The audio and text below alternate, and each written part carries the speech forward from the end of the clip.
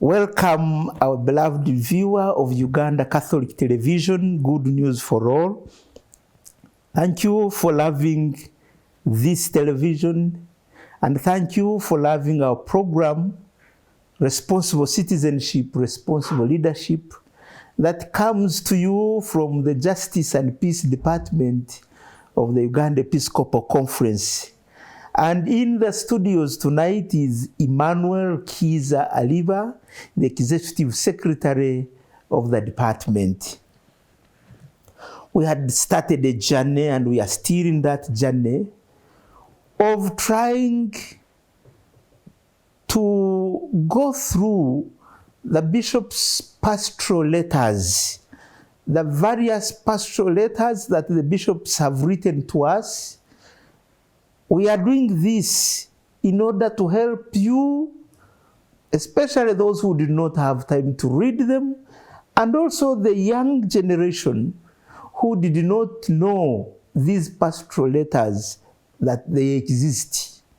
So we bring them to you so that you know that at a given moment in time in Uganda, the bishops had put their voice.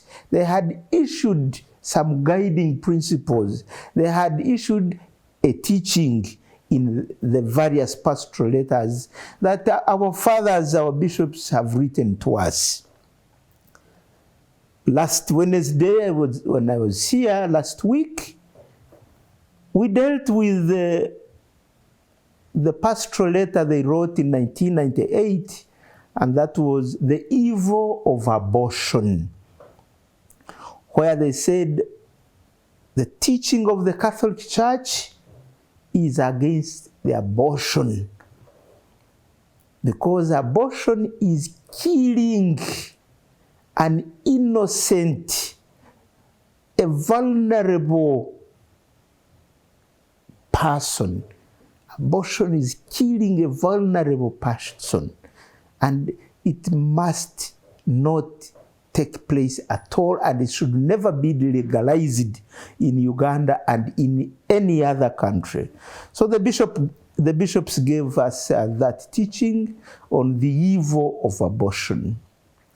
So we come again with another pastoral letter that the bishops wrote in January 1999.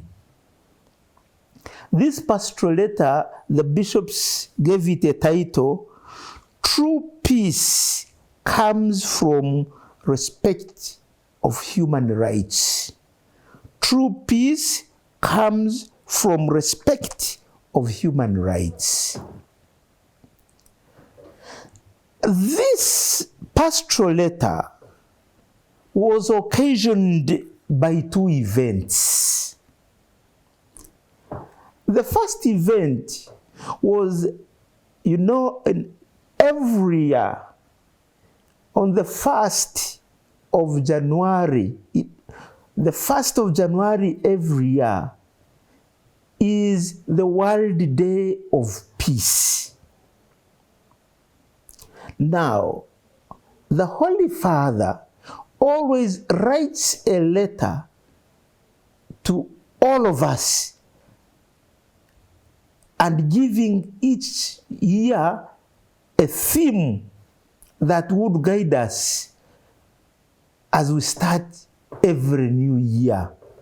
Now, in 1999, on the 1st day of January, the Holy Father had given a letter whose title was True Peace Comes from the Respect for Human Rights. So the bishops used the very title that the Holy Father had issued on the 1st of January, with the purpose which we are going to explain as we move forward. You will see why they had to stress the Holy Father's letter of the first day of January 1999.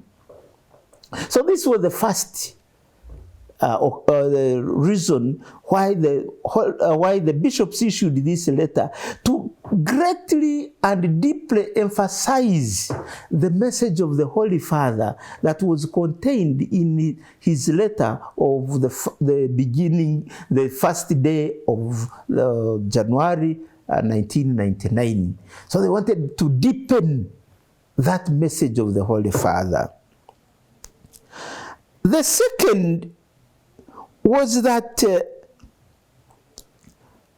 there was a lot of fighting going on in northern Uganda. You remember that period of 1999.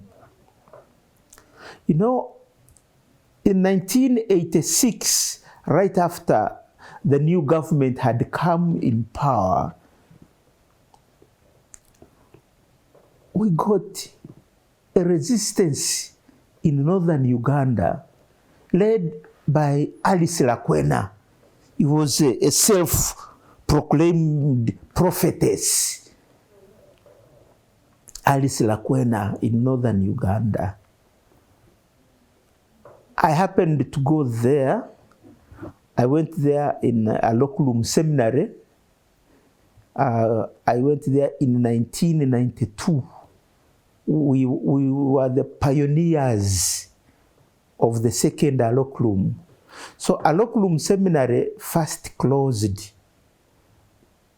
because of the insurgencies that were there caused by Alice Lakwena. So it was closed and taken to Masaka, to Katigondo. So in 1992, the bishops decided to reopen alloculum. So we were the first students who were now the new pioneers of the reopened alloculum. And when we went there, at the beginning we thought we were condemned to death, because we were hearing about the insurgencies in northern Uganda. So we went with fear. I myself, I was so much afraid to go to study in alloculum. I know some students confessed that they refused to go. But we who went there also tasted some bit of this violence. It was ending, but we tasted a little bit of it. I remember one night we had a lot of bullets, and many of us, I slept under the bed. I did not. I went to the bed, I left the bed, I slept under there, fearing. And you know, in the night when the bullets were on, our rector by then was Father John Baptist Odama, who is now the Archbishop of Gulu, but at that time he was a priest. He was still a priest. He was not yet a bishop. So he was our rector. I think he also got disturbed that night. And we saw him moving around to see whether we are safe. You know, he protected us so much. We were his beloved children at that time.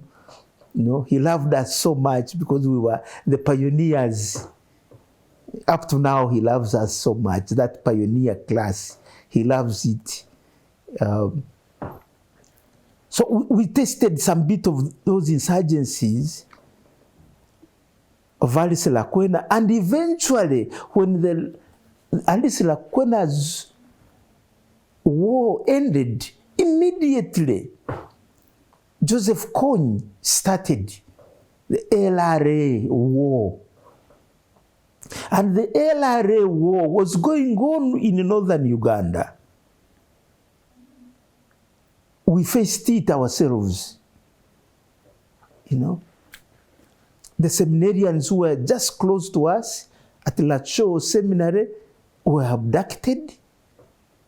we were very terrified, we who were there. I am part of the team that faced, you know. So the bishops sent a delegation led by Emmanuel Cardinal Wamala to go and see exactly what is taking place in northern Uganda, to meet the people, so that on behalf of all the College of Bishops of Uganda, this delegation would say the Catholic Church is very close to the people of the northern Uganda who were suffering. As St. Paul says, they were part of the same body. When the arm is suffering, the head can't sleep. When the foot has a problem, the arm may not reach the food, you know. So it's part of the same body. So the bishop sent a delegation to northern Uganda to tell our people of northern Uganda that the whole church, not only in Uganda, but the entire church is very close to the people who are suffering because of these wars, because of these insurgencies. And they had also appealed to all the dioceses to collect some food, to collect some, you know, any form of assistance, so that it is taken to the people of northern Uganda. I remember by that time I had already left the seminary, and I was working as the director of Justice and Peace of Hoima Catholic Diocese, but then I was in the diocese. I remember we mobilized with Caritas Hoima. We mobilized the people, we collected a lot of stuff, both clothes for young, for the adults, for some food stuffs. I remember we took some good assistance, and we took it to the Archbishop of Gulu as a sign of solidarity from the Diocese of Hoima. So these are some things that were going on at that time. The people in northern Uganda were not okay. They were going through a lot of suffering. So the bishops wrote this letter in trying to assist our people to tell them that we need a little bit to think more about our Christianity, and say true peace comes from the respect for human rights. I know for you elders, you remember how people were being, killed. People are being cooked. They cut people and put them in pots and cook. Some were being maimed. They cut the lips. They cut the ears. They cut the arms. That was a very hard time for the people of northern Uganda. So the bishops wrote this solidarity message to the people of Uganda, but mainly to tell those who are perpetrators of violence that we need to respect human rights. Human beings must be treated with utmost dignity. To cut an ear of a human being, to cut the lips of the human being, that was a violation of human rights. So we remember in 1996, the Catholic women religious had initiated a movement for peace initiatives for northern Uganda. This movement was coordinated by the National Catholic Commission for Justice and Peace.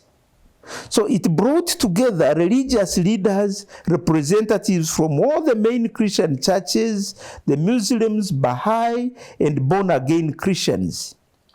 It formed itself into interfaith peace initiatives. In 1997, it organized a big peace march and prayer for over 20,000 people in Kampala. Over 20,000 people were marching in the city. So most religious leaders were present. So the call was for ending the war in northern Uganda through peaceful negotiations to say no to fighting in Uganda.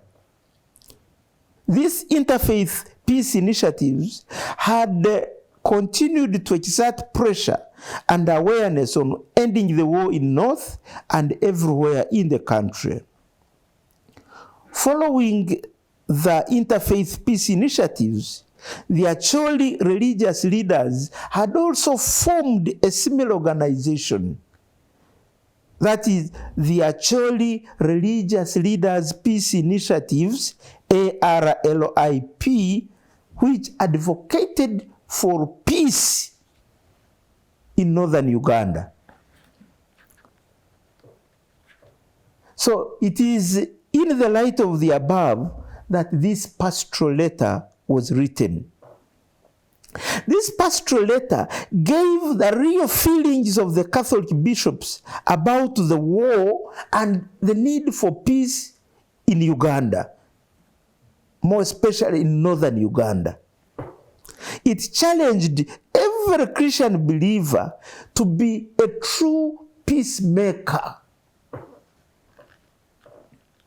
Blessed are the peacemakers. They'll be called children of God. I like that. The bishops appealed to both sides, government and LRA, to search for peaceful means of ending the conflict.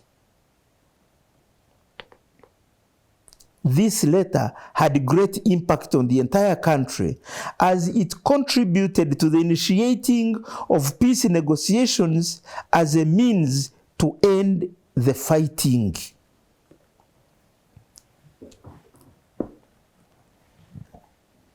The person you see here in the studios of Uganda Catholic Television was part of the negotiating team for a peaceful end of the war in northern Uganda. We suffered. We would go up to Garamba and meet Joseph Kony. Yes, we did it.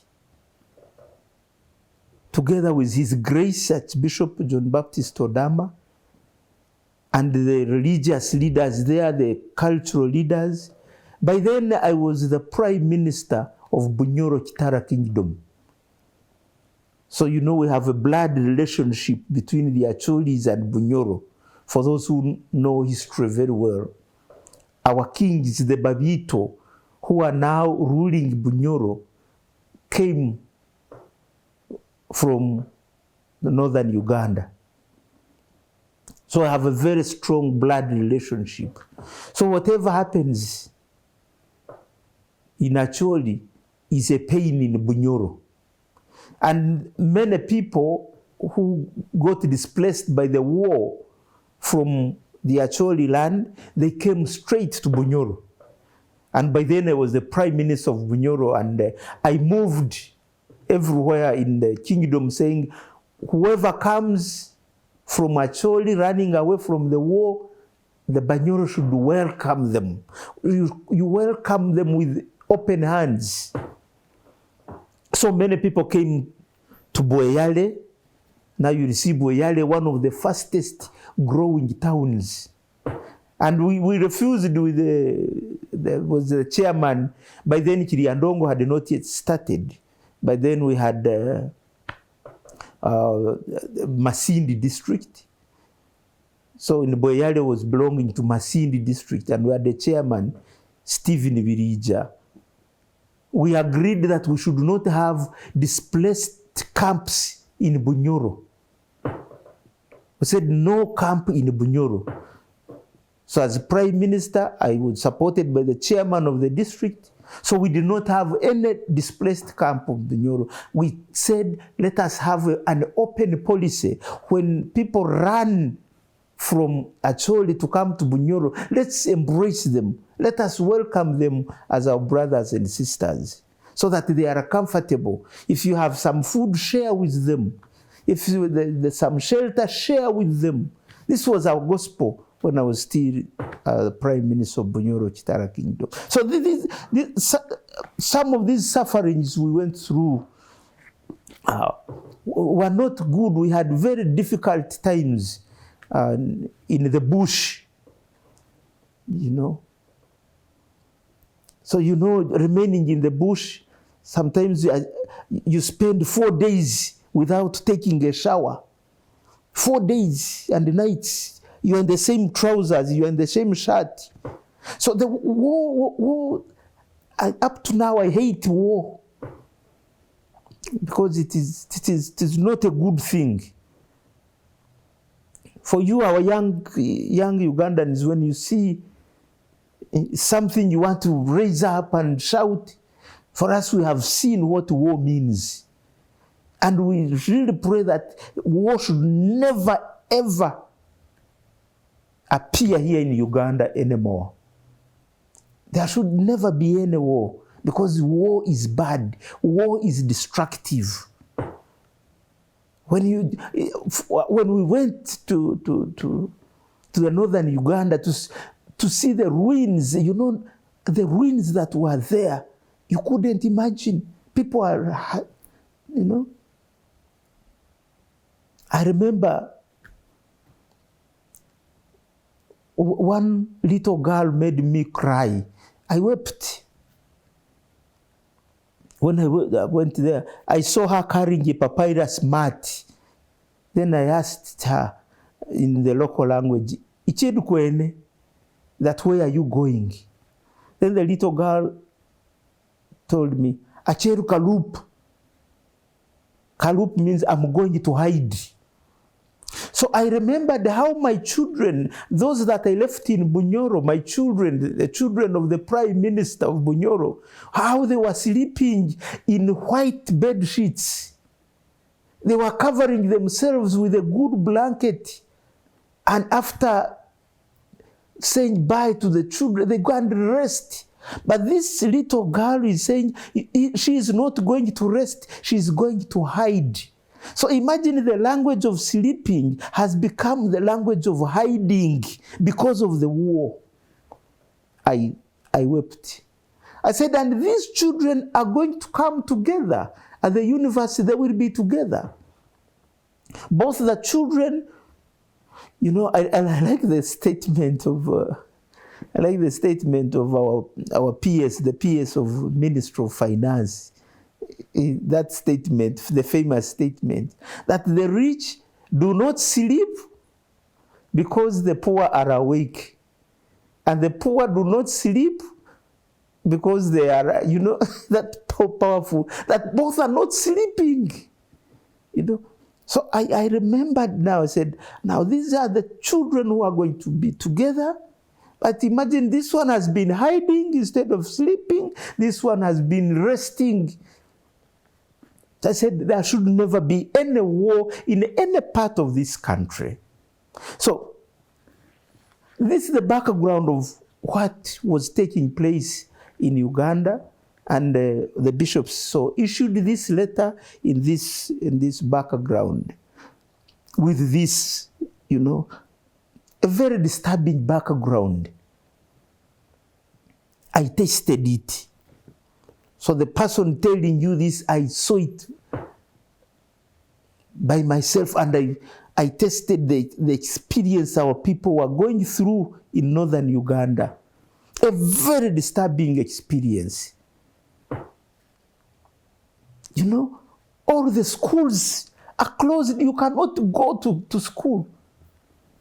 You can't go, you can't. Everything is at a standstill because the bullets are all over the area. So the bishop issued this pastoral letter during that time, a very hard time in northern Uganda, very hard time. And I'm praying that this hard time should never exist in this country. So, dear viewer, now we are going for a commercial break. I've given you enough background for the issuance of this letter. What the bishops were going through as they issued this letter. There was a lot of pain to see life was not the same in northern Uganda. So the bishops issued this letter. So when we come again after our commercial break, we are going now we shall go through what exactly they wrote in this letter after this background of the letter. Thank you for watching Uganda Catholic Television.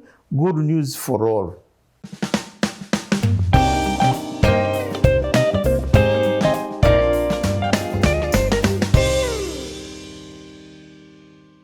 Welcome back, our beloved viewer of Uganda Catholic Television. Good news for all. So before we went into that commercial break, we were looking at the background at which the bishops issued this letter. True peace comes from respect for human rights, which they issued in 1999. Now let us look at what the bishops wrote, a summary of what the bishops wrote in this letter. So they started the letter with a greeting, and they also gave why the reason for coming up with this letter. And one thing also was they wrote this letter in the spirit of commemoration for the Declaration of Human Rights, which took place on the 10th of December 1948. Now, was in the past year, 1998, there was a great celebration of 50 years of the commemoration of the Declaration of the Human Rights by the United Nations. So this is the spirit in which the bishops wrote this letter. But there was also the spirit of Christmas. Said each Christmas brings a special message to the followers of Christ. The one whose birth we annually celebrate is Christ, the Son of God, the King of peace, the reconciler of people with God, the Father, and the people among themselves. He is the one who calls us to be peacemakers. That is Matthew chapter 5, verse 9. But as we already said in our last, the first part of this program, there were also a commemoration of the World Day of Peace, which or the message that the Holy Father gave on the World Day of Peace, the 1st of January 1999. And they said, as we celebrate Christmas and we enter into the new year, we should never lose sight that many Ugandans in parts of north and west of our country are terribly suffering from armed conflicts and absence of security. There was also some fighting by the ADF, Allied Democratic, the front down there in western Uganda, the parts of Kasese and Fort Portal diocese. So the fighting was going on that side also, as another fighting was going on in northern Uganda. So they said some people have no food, some people have no shelter, families are scattered, hopes are shattered, joy is absent. Yet these are our brothers and sisters in God, our fellow citizens. We need to be mindful of their needs and anxieties, and we are obliged to fully share in their request for peace. So the bishops addressed the desire for peace in the Catholic Church and the human rights. They said long before the United Nations came up with the Universal Declaration of Human Rights in 1948, Pope Leo XIII in 1891 had come up with an encyclical Rerum Novarum on the conditions and rights of workers. Then another one was in 1931 by Pope Pius XI. That is a reconstruction of the new social order, Quadragesimo Anno. There was another in 1963 by Pope John the 23rd, Pacem in Terris, peace on earth. So these are some documents that we find where we could base ourselves to advocate for peace, So there was a lot of teaching for peaceful coexistence. We find also in the social doctrine of the church, and but the bishop said, now, there are some disturbing questions. They say in Uganda, why has peace eluded us for so long? Because when you see the history of the country, we have not been at peace. So they say, why has it eluded us so long? How is it that after the many years of war, conflicts, instability, and the suffering therein, we have allowed armed conflicts to continue in the various parts of our nation? Why? These are very disturbing questions that the bishops raise in their letter. How is it that as a nation, we seem to have failed to resolve our conflicts peacefully? Why? Have we no wisdom and the correct approach to bring about peace in all parts of the nation? Have we no wisdom? These are very disturbing questions that the bishops raise. Do we feel we have done all that is possible to make peace? Have we exhausted all the efforts? Can we allow ourselves to become pessimists that peace can never come? So these are very disturbing questions that the bishops raise in regard to our history. Can't we have peace? Can't we work for peace? Can't we solve our problems amicably, peacefully? Don't we have the wisdom to do that? Why should we always be fighting for small things or big things? Why should we fight? These are very disturbing questions, dear citizens of Uganda. Very disturbing. So it said, every leader and citizen of this nation should pose himself or herself the above questions and attempt an honest response. You have to honestly respond to those disturbing questions.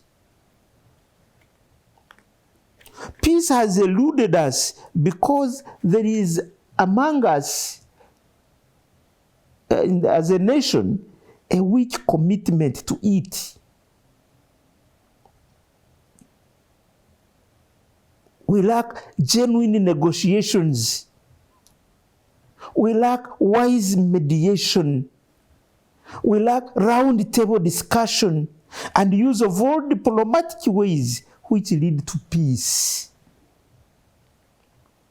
So the bishops say, as religious leaders of the Catholic Church in Uganda, and the moral teachers in our nation, we discern with dismay and apprehension the suffering endured by so many Ugandans because of these prolonged army conflicts.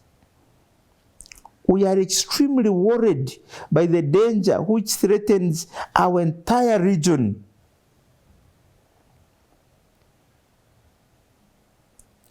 They say, we want to state once again and as clearly as possible that war is one of the worst evils that can befall people.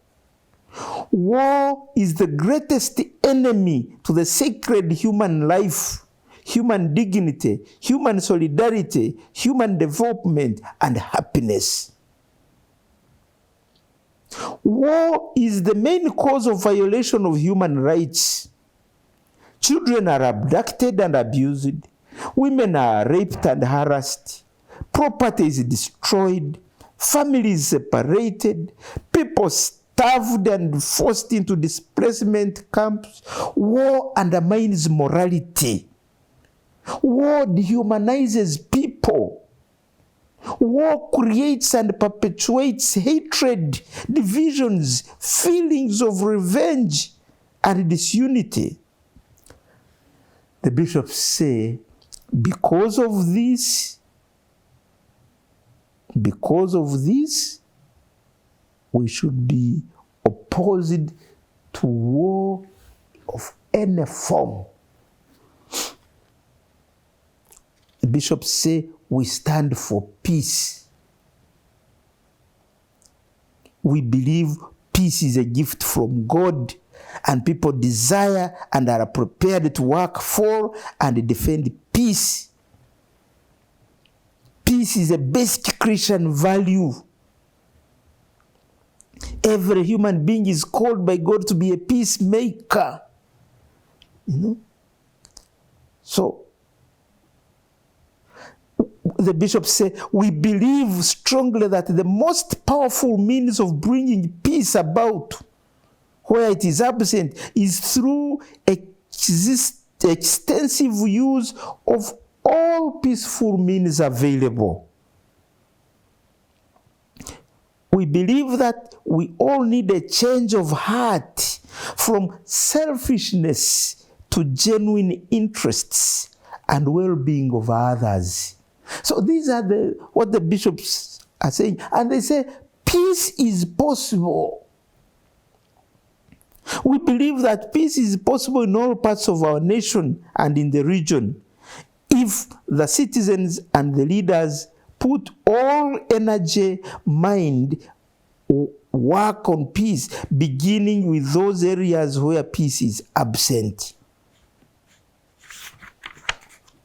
So, the bishops continue to remind us that it is important to remember that there are commandments of God. One of them is, you shall not kill. And in war, there is no way we can avoid killing. So the bishops call upon us to keep remembering God's commandments. You shall not kill. But they also say we should never despair. A feeling of helplessness and hopelessness should never come, because things are possible. We can work for peace. So the bishops appeal to us and say, we call once again upon government, the leaders of our nation, and all the groups fighting government and the people of Uganda to heed the cries of the people and give peace a real chance. And they called upon us during that Christmastide to intensify the prayer for peace. To intensify the prayers for peace. So they say, to all people of God in Uganda who suffer due to war in Gulu, in Kitigum, in Lira, in Kasese, Bundibujo, and Kabarole districts, and on the borders of Congo, we wish to express our heartfelt sympathy. Never think for a moment that you are not dear to our hearts. Never think we ever forget you in your sufferings. We pray for you always. We know what you are going through. We know what you have lost and are still losing, beginning from your dear ones to property. Our consolation can never be sufficient. Listen to what our fathers are saying. These are words from true fathers, offering their solidarity to the people who are suffering. We call upon God to be with you, to show you how much He still loves and cares for you. Continue to trust Him and cooperate with Him in the search for peace. We call on all our fellow Christians and people of goodwill to show generosity through donation of the necessary items for life to all those who suffer.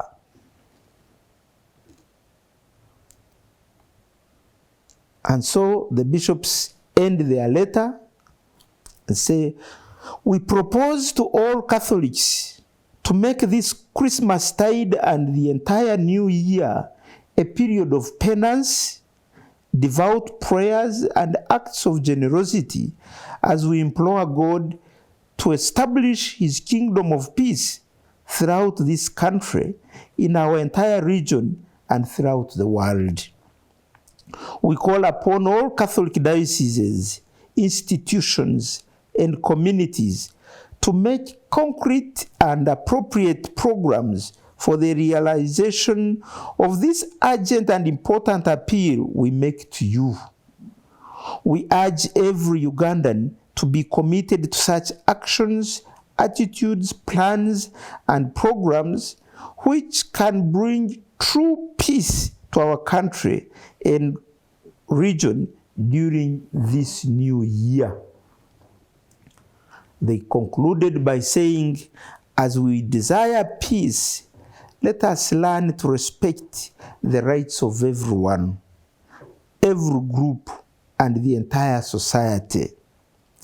As we build peace, let us construct it on the pillars of human dignity, equality, tolerance, and reconciliation. It is then that we shall deserve to be called sons and daughters of God. May the Lord bless you and keep you. May the Lord let His face shine on you and be gracious to you.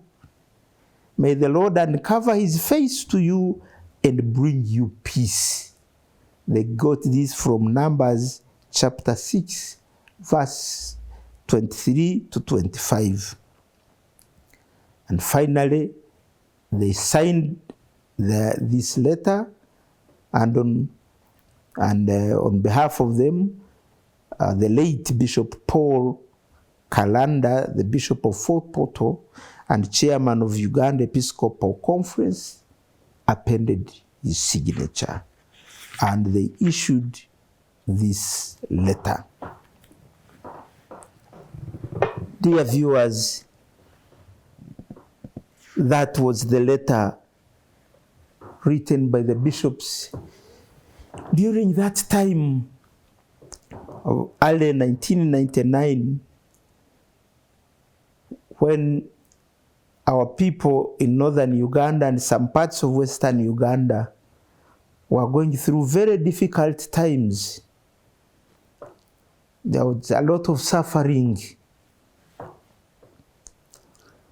But again, as we reflect on this bishop's message, and we reflect on our history as Ugandans, and we reflect on what should be the future of Uganda. You know, people who do not learn from their mistakes do not develop easily. Because every mistake that you make, every mistake that we make should be a lesson for the future. Any mistake that you make now should be a lesson for the future. We have fought ourselves as Ugandans, but what have we gained? Today there is fighting in northern Uganda. Another day there is fighting in Karamoja. Another day there is fighting. But what have we gained? You know? I think we have lost more by fighting against ourselves than we have gained. We have lost more. So I think we should make, as Ugandans, a very strong resolve. We should resolve, following the teaching by the bishops here in this pastoral letter that we have just concluded. We should resolve. We make a strong resolve that there should never be any war in Uganda. There should never be any fighting in Uganda, whatsoever the case may be. Like the Americans said during President Obama's time, yes, we can. We are able, yes, we can. War is bad. And we have to avoid it. Let's avoid war. And we are able, and we can. So these occasions that are disturbing us, we immediately come together and say no to war. And you see the level of development is very high. And you see, during peace, the level of development is high.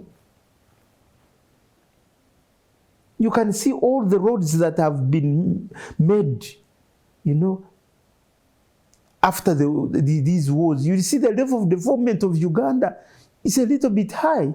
If we did not have these loopholes of corruption and so on, now Uganda would be very high. The level of development would be very high. And you will see even the places where the wars have been rampant, the level of development is low. You can't work when there is no peace. You can't. You know? When you have no peace.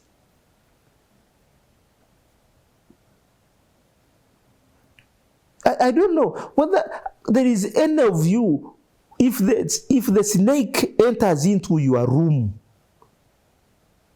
and you see the snake entering into your room and it gets lost in the room there, I don't know how many of you can have sleep in that room or in that house. You know the snake has entered. Assuming you are coming from outside, you see, before you open the door, you see the snake entering through the door and it enters into the house. How many of you would sleep in that house before the snake is kicked out? So war is like that. You can't be at peace during war. You can't. And especially the vulnerable ones. Those suffer so much. The children, the little babies, they suffer so much. The innocent. You know, when the war happens, the first thing is close the schools. Now, you close the schools. Who are suffering because of war? For us, we are fighting as elders. Then we have closed the school for the young ones. Now, why should our fighting be a punishment for the young ones? I think we need really to come to our senses, my fellow Ugandans. We need to come to ourselves and say, let there be never, ever be war in Uganda. because war is bad. Let's use peaceful means of solving our problems. There should never be fighting right from the families, because when a husband and wife, when you fight, it's the children who suffer, physically and psychologically. You know how painful it is for a child to see the mother bleeding because of the slap given by the father. Do you know what that costs in her life? You think if he or the child will forget that in life? You know, there are people I learn from. One of the people who have touched my life is right now the Vicar General of Hoima Catholic Diocese, Monsignor Robert Mugisa. I was assisting him to accredit people who are coming to be in the audience of the Holy Father when Pope Francis came to visit us in Uganda. So we were accrediting people to come and have their badges, and we were stamping. Now, as we were stamping these letters of accreditation, we had stamped a number of them, but we realized that the date was wrong. We used the wrong date as we were stamping. We used the wrong date on the stamp. Now, we got a puzzle. Should we continue stamping because we used the wrong date so that we are consistent? Or we stop and change the date now that we have realized the mistake? Monsignor Robert told me, you know, ALIBA, when you realize a mistake, just correct it and then continue working. Just correct it there and then. Now, for me, I was of the other view that now that we have made a mistake, let us be consistent and continue stamping so that the dates don't change. But Monsignor Robert said, no, once you realize a mistake, correct it and then move on. That was very powerful for me. I learned that from him. Once a mistake is realized, whatever the case may be, correct it there and then and move in the right direction. And I think this is the approach I would propose to you, our dear viewers. Once you realize a mistake, correct it and then move on. We have been fighting against ourselves. That has been a mistake.